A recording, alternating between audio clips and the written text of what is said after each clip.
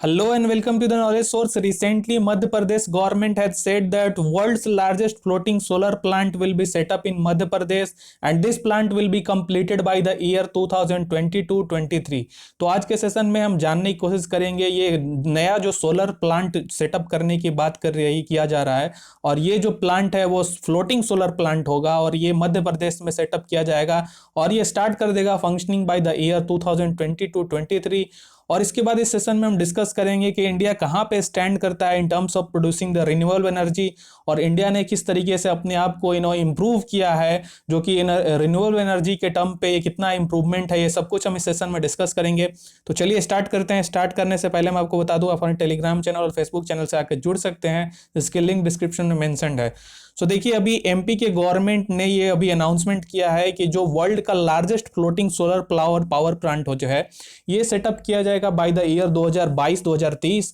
और ये स्टार्ट कर देगा at most at the year by the end of 2023।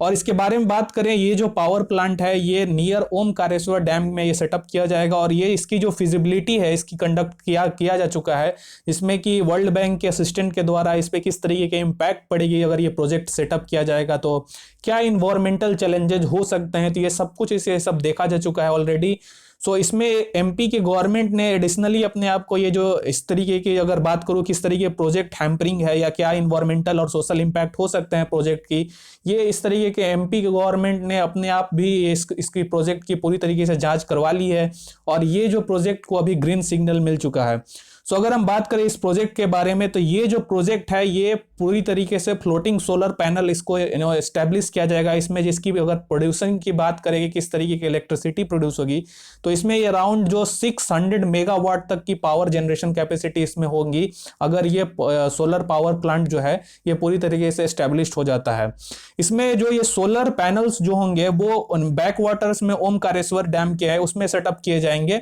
और ये जो सोलर पैनल्स होंगे वो उस एरिया पे आपको मालूम होगा कि जो वाटर है उस पर फ्लोट करेंगे और इसमें जो ऑटोमेटिकली एडजस्टमेंट की अपवर्ड और डाउनवर्ड ऑटोमेटिक तरीके से जो भी वेव होती हैं या फिर जो वाटर की लेवल होती है वो अपने आप इंक्रीज या डिक्रीज होती है, तो उस तरीके से अपने आप ही ऑटोमेटिकली ये एडजस्ट कर सकेगा। सो इसमें ये फंक्शंस भी इसमें प्रोवाइड किया जा रहा है। इसके बाद अगर देखें जो भी फ्लड्स या फिर स्ट्रॉन्ग वेव्स जो आते हैं तो उस पे ये सोलर पैनल्स पे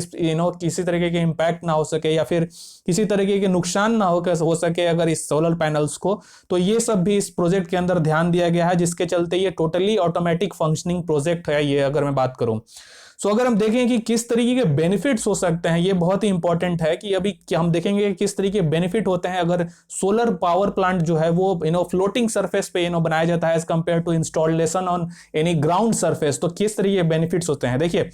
सबसे पहले मैं अगर बात करूं कि ये जो अगर सेटअप किया जाता है पैनल वाटर पे, तो ये क्या करता है कि एवोपरेशन लॉसेज होता है, यानी कि अगर जो गर्मी बहुत ज्यादा बढ़ती है तो क्या होता है कि वाटर अगर कोई क्लोज्ड एरिया में ये सेटअप किया जा रहा है प्रोजेक्ट, तो हम देखते हैं कि वाटर की एवोपरेशन जो होती है क्योंकि डायरेक्ट सनराइज आएगी और हिट करेगी, तो जिसके चलते एवोपरेशन पानी गर्म होकर ऊपर जाएगा यानी एवोपरेट होगा। तो ये एवोपरेशन जो है वो कहीं कहीं ना है ये अगर क्लोज सरफेस पे ये रोकती है, तो इसके लिए ये बेनिफिट है। इसके बाद क्या होता है, अगर डिप्लॉयमेंट के बारे में बात करें, ऐसा ये माना जाता है कि अगर ग्राउंड सरफेस पे डिप्लॉयमेंट से एज कंपेयर करें हम, तो वाटर सरफेस की डिप्लॉयमेंट जो होती है वो आसान होती है, जिसके चलते इसमें ये सुगमता आती है किसी भी प्रोजेक्ट को ग्रीन सिग्नल ले जाने या फिर मैं इनको बोलूं इंस्टॉलेशन की। इससे सबसे इंपॉर्टेंट मैं बात अगर बताऊं कि इसमें कोई भी लैंड की रिक्वायरमेंट नहीं होती है, जो कि हम जिस तरीके से देख रहे हैं कि हमारा अर्बनाइजेशन बढ़ रहा है, जो लैंड रिसोर्सेज है उसके ऊपर हमारी इंक्रोचमेंट किस तरीके से बढ़ रही है, तो उसके मद्देनजर हम देखें तो जो लैंड की रिक्वायरमेंट है इस प्रोजेक्ट में किसी तरीके की नहीं हो सकती है अगर वाटर पे इस तरीके के प्रोजेक्ट इंस्टॉल की जाती है, तो ये एक मेजर बेनिफिट है।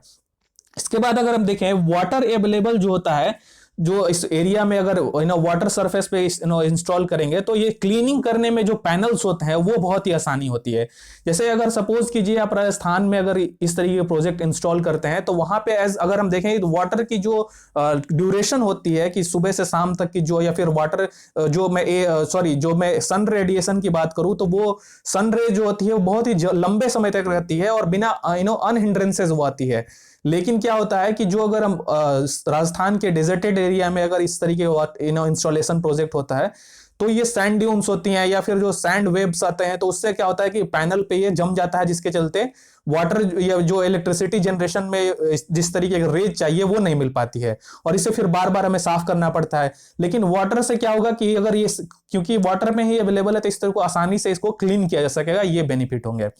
अगर हम निगेटिव इंपैक्ट्स के बारे में बात करें तो देखिए सबसे पहले तो जो भी बर्ड्स इस पे बैठ सकती हैं, क्योंकि ये एक जो वाटर बॉडीज पे बेसिकली हम क्या देखते हैं कि बर्ड्स बैठती हैं और उस पर फिर वो गंदा करेंगी उस सरफेस को, और फिर उसमें भी परेशानी आ सकती है। और जिसके बाद अगर हम देखें सबसे जो एक नेगेटिव इंपैक्ट ये होता है कि जो इलेक्ट्रिकल और सेफ्टिकल इन टर्म्स पे देखें, जो इसकी लॉन्गेविटी ऑफ इक्विपमेंट होती है उसको मेंटेन करना एक चैलेंज हो सकता है। सो ये तो रहा प्रोजेक्ट के बेनिफिट्स। अब हम देखते हैं कि इन्वायरमेंट को किस तरीके से बेनिफिट होता है अगर वाटर पे ये इंस्टॉल प्रोजेक्ट होता है, अगर फ्लोटिंग सरफेस पे इंस्टॉल होता है। देखिए सबसे पहले तो ये रिड्यूस करता है algae ग्रोथ का। तो क्या होगा, जैसे सरफेस पे इसको रख दिया गया सरफेस पे, तो क्या होगा कि जो वाटर सनरेज इसकी पेनिट्रेशन नहीं हो पाएगी, और जिसके चलते जो एनर्जी रिक्वायरमेंट होती है algal ब्लूमिंग की, तो वो इसको नहीं मिल पाएगी, जिसके चलते जो क्या होता है हम देखते हैं कि जो algae की प्रोडक्शन है या फिर अगर उसकी ग्रोथ है वो हैम्पर्ड होती है, और उससे कहीं ना कहीं जो वाटर बॉडीज हैं उसमें डिफरेंट स्पीसीज लाइक फिश हो गया, इन सबको फायदा मिलता है। इसके बाद ये क्या करता है कि एनर्जी यील्ड जो होता है वो वाटर पे अगर इंस्टॉल किया जाता है तो इससे कहीं ना कहीं ज्यादा होती है एज कंपेयर टू अगर हम लैंड सरफेस मारे हैं। तो ये एक डिफरेंट डेटा के थ्रू ये हमें पता चला है। इसके बाद देखिए सबसे, अगर मैं निगेटिव इंपैक्ट इसके बात करूं इन्वायरमेंट पे, तो देखिए सबसे पहले तो ये होता है कि जो इन्वायरमेंट के इंपैक्ट पे लाइट रेडिएशन, क्योंकि लाइट जो होता है वो नीचे तक बॉटम तक नहीं जा पाता है, और जिसके चलते जो डिफरेंट स्पीसीज लाइक मैं बात करूं अगर इसके बाद फिशेज को जिस तरीके के एनफ इन्वायरमेंट चाहिए वो कम हो जाता है, और जिसके चलते फिर क्या होता है कि फिश भी कभी कभी मरने लगती है। तो ये ऐसे कुछ इन्वायरमेंटल चैलेंजेस है, और अगर कुछ मेंटेनेंस का काम हो तो या फिर या तो आप बोट से जा सकते हैं या फिर किसी आपको नेवी डाइवर्स को उसको भेजना पड़ता है, तो ये सब सिचुएशंस कुछ हैम्पर्ड करते हैं। अभी हम देखते हैं कि इंडिया कहाँ पे है as compare to producing the renewable energy, और स्पेशली अगर हम बात करें सोलर एनर्जी के लिए। देखिए अगर बात करें इंडिया की, स्पेशली अगर 2014 के बाद देखें हम, तो इंडिया का जो रिन्यूएबल एनर्जी का इंक्रीज देखें वो 226% तक इंक्रीज हो चुका है in terms of renewable energy capacity, और लास्ट 5 साल में तो ये बहुत ही तेजी से इंक्रीज हुआ है। तो ये कहीं ना कहीं इंडिकेशन ये दिखाता है कि जो प्रेजेंट गवर्नमेंट है वो रिन्यूएबल एनर्जी की प्रोडक्शन या एनर्जी की प्रोडक्शन पे बहुत ही ज्यादा ध्यान दे रही है, और इसमें हैविली इन्वेस्टमेंट भी कर रही है। करंट सिचुएशन में इंडिया जो है 5th है इन टर्म्स ऑफ ग्लोबली अगर बात करें हम, जहां पे installation of renewable energy capacity की बात आती है। तो आप देख सकते हैं कि इंडिया धीरे धीरे इस लैडर में बहुत ही तेजी से आगे बढ़ रहा है। अगर रिन्यूएबल एनर्जी यानी कि वो एनर्जी जो हमें अपने मतलब बार बार उसको प्रोड्यूस किया जा सके, उस एनर्जी के मैकेनिज्म को प्रोड्यूसन में इंडिया बहुत ही तेजी से ऊपर जा रहा है। अगर हम देखें India total solar power capacity में अगर अकेले बात करें हम, तो इसमें 11 टाइम्स तक इंक्रीज हो चुका है लास्ट 5 साल में। और 2014 से अगर जब देखें जून 2020 तक ये डाटा है, इसमें सोलर पावर कैपेसिटी जो है इंडिया का वो 2.6 गीगावाट तक इंक्रीज हो चुका है, और स्पेशली अभी भी देखें हम तो 38 गीगावाट अभी पहुंच चुका है। तो ये इंडिया का ये दिखा रहा है कि इंडिया सोलर एनर्जी प्रोडक्शन में, रिन्यूएबल एनर्जी प्रोडक्शन में किस तरीके से इन्वेस्टमेंट कर रहा है। आप इस डेटा के थ्रू समझिए, अभी ये जो डेटा है वो थोड़ा पुराना है, लेकिन आपको ये समझ में आ पाएगा। 2018 तक लास्ट है। यहाँ पे जो रेड है वो कोयल का दिखा रहा है, और ये जो विंड है और सोलर एनर्जी और टोटल ग्रीन वाला है ये जो टोटल रिन्यूएबल एनर्जी है। तो आप देख सकते हैं 16, 17, 18। तो यहाँ पे ये जो ग्राफ है, ये जो कोयल का प्रोडक्शन है वो जिससे कि एनर्जी प्रोडक्शन में वो बहुत ही तेजी से रिड्यूस हो रही है, और ये जो ग्रीन वाली है वो बहुत ही मैसिवली इंक्रीज हो रही है। तो ये दिखाता है कि जो रिन्यूएबल एनर्जी की प्रोडक्शन है हमारी वो बहुत ही तेजी से ओवरशूट हो रही है, और ये इंक्रीज हो रही है कंटिन्यूअसली।